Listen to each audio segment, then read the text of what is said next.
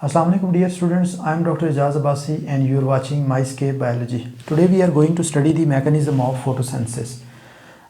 Photosynthesis का जो mechanism है HSSC लेवल के ऊपर या A लेवल्स के अंदर ये काफ़ी लेंथी है और काफ़ी डिटेल से है। इसमें जो है वो हम लाइट रिएक्शन को भी डिटेल से स्टडी करते हैं, डार्क रिएक्शन को भी। उससे पहले जो है वो एक समरी है फोटोसिंथेसिस की, उसको हम डिस्कस करते हैं। सो इसको हम जो है वो 3 लेक्चर्स में जो है वो हमने डिवाइड कर लिया है और आज जो है वो इसका ये फर्स्ट लेक्चर है। फोटोसिंथेसिस जो है इसको हम दो जो है वो फेजेस में डिवाइड कर लेते हैं। One is called the light reaction और light dependent reaction and the second is called the dark reaction. So आज के लेक्चर में हम जो है वो लाइट और डार्क रिएक्शन की जो एक समरी इक्वेशन है फोटोसिंथेसिस की, वो हम जो है वो डिस्कस करेंगे। फोटोसिंथेसिस का जो प्रोसेस है ये जो है वो लीव्स के अंदर जो है वो सेल्स के अंदर जो क्लोरोप्लास्ट होते हैं उनके अंदर कैरी आउट होता है। सो क्लोरोप्लास्ट जो है ये आपने स्टडी किया होगा कि ये इस तरह से जो है वो ओवल शेप जो है वो स्ट्रक्चर्स हैं। इसमें जो थाइलेकॉइड मेम्ब्रेन्स हैं, थाइलेकॉइड मेम्ब्रेन्स के अंदर जो है वो लाइट रिएक्शन होता है।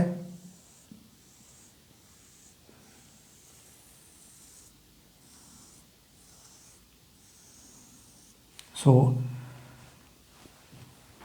थाइलेकॉइड मेम्ब्रेन्स के अंदर जो है वो लाइट रिएक्शन होता है और जो डार्क रिएक्शन है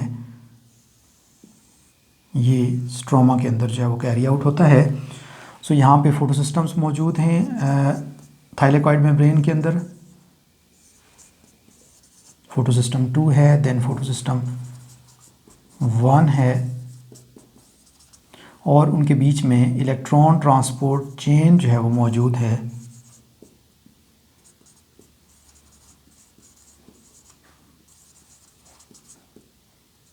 सो लाइट रिएक्शन जब परफॉर्म होता है तो लाइट रिएक्शन में सनलाइट फॉल होती है फोटोसिस्टम के ऊपर और इसकी वजह से जो है वो जो क्लोरोफिल मॉलिक्यूल्स के इलेक्ट्रॉन्स हैं वो जो है वो एक्साइटेड होते हैं और ये एक्साइटेड इलेक्ट्रॉन फिर जो है वो आगे एटीपी सिंथेसाइज करते हैं। सेल के अंदर जो है वो एडिनोसिन डाइफॉस्फेट एडीपी की फॉर्म में एनर्जी पुअर कंपाउंड्स जो है वो मौजूद होते हैं और ये energy poor compounds plus NAD की फॉर्म में, NADH की फॉर्म में,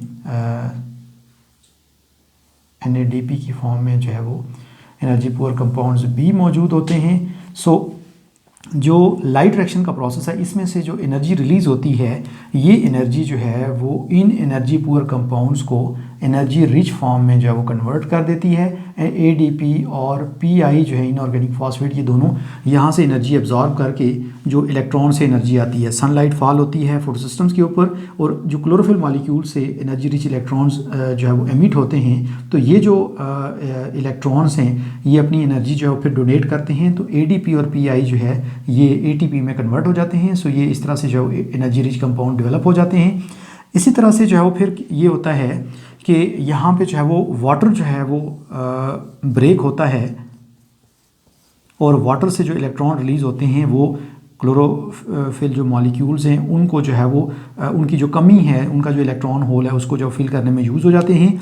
जबकि इससे जो हाइड्रोजन रिलीज़ होती है वो NADP को NADPH में जो है वो कन्वर्ट कर देती है और जो ऑक्सीजन है इसमें से वो यहाँ से जो है वो रिलीज़ हो जाती है। सो ये लाइट रिएक्शन के दौरान ये सारी चेंजेस होती हैं। सनलाइट फॉल होती है फोटोसिस्टम्स के ऊपर और क्लोरोफिल के जो मॉलिक्यूल्स हैं वो जो इलेक्ट्रॉन जो है वो एक्साइड होते हैं और एक्साइड होने के बाद जो है ये जो है वो ATP की जो है वो सिंथेसिस में यूटिलाइज होते हैं।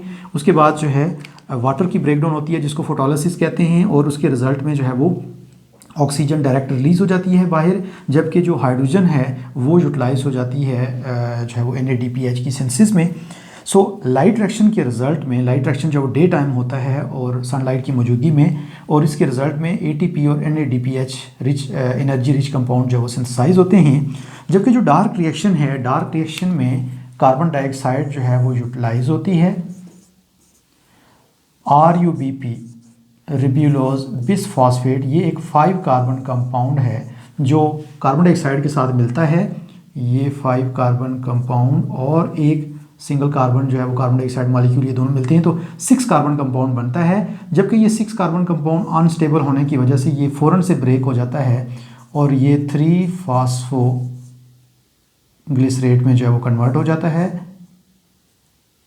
ये जो 3 फास्फोग्लिसरेट हैं इसके जो है वो 6 मॉलिक्यूल जो है वो सिंथेसाइज होते हैं यहाँ पे, और ये जो 3PGA है ये फिर रिड्यूस हो जाता है एनर्जी रिच कंपाउंड में, that is glyceraldehyde 3 phosphate G3P, और G3P के जो है वो 6 मॉलिक्यूल्स जो है वो सिंथेसाइज हो जाते हैं। फिर ये जो 6 मॉलिक्यूल्स हैं इनमें से एक G3P मॉलिक्यूल यहाँ से जो है वो रिलीज़ हो जाता है, सेपरेट हो जाता है, जबकि जो रिमेनिंग 5 मॉलिक्यूल्स हैं, 5 G3P मॉलिक्यूल्स, ये जो हैं दोबारा रीअरेंज होते हैं और ये 5 कार्बन RUBP मॉलिक्यूल जो वो सिंथेसाइज करते हैं।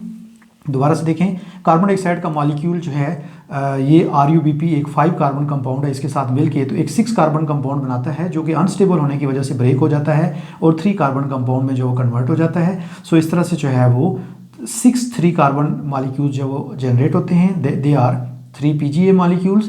ये जो हैं ये फिर फर्दर यहाँ पे जो है वो ATP, इस स्टेप में ATP और जो है वो NADH की एनर्जी जो है वो यहाँ पे इस स्टेप में यूटिलाइज होती है और ये 3PGA जो है ये रिड्यूस होकर G3P में कन्वर्ट हो जाता है और इसके 6 मॉलिक्यूल सिंथेसाइज हो जाते हैं। इनमें से एक मॉलिक्यूल यहाँ सेपरेट हो जाता है, जबकि रिमेनिंग 5 मॉलिक्यूल्स जो हैं वो इधर आ जाते हैं और ये फिर जो वो रीअरेंज होके तो दोबारा से जो है 3 RUBP मॉलिक्यूल जो है वो सिंथेसाइज कर देते हैं। इस स्टेप को हम कहते हैं डार्क रिएक्शन, और it is also called Calvin cycle. This is dark reaction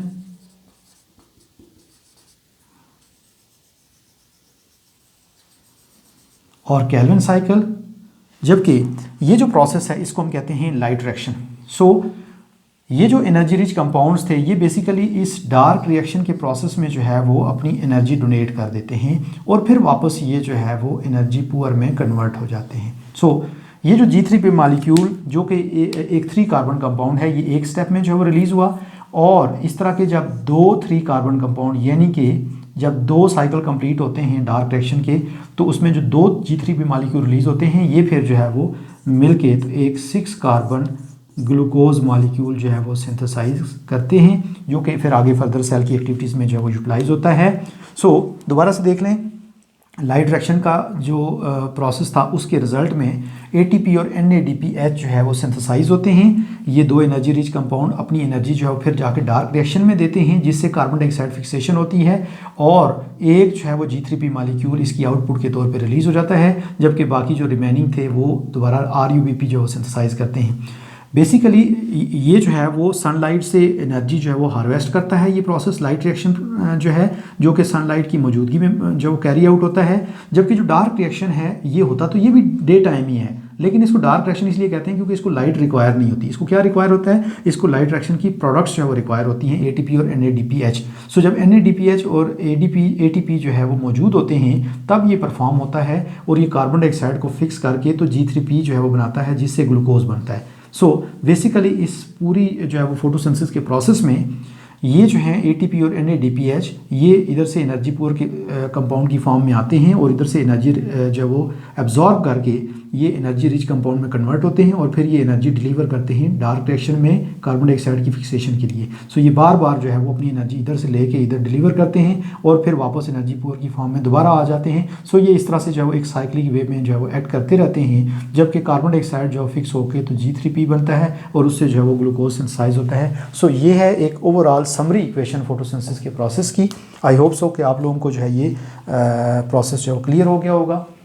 इस वीडियो को जो है वो लाइक करें, इसको जो है वो शेयर करें, सब्सक्राइब करें। Thank you so much. अल्लाह हाफिज़।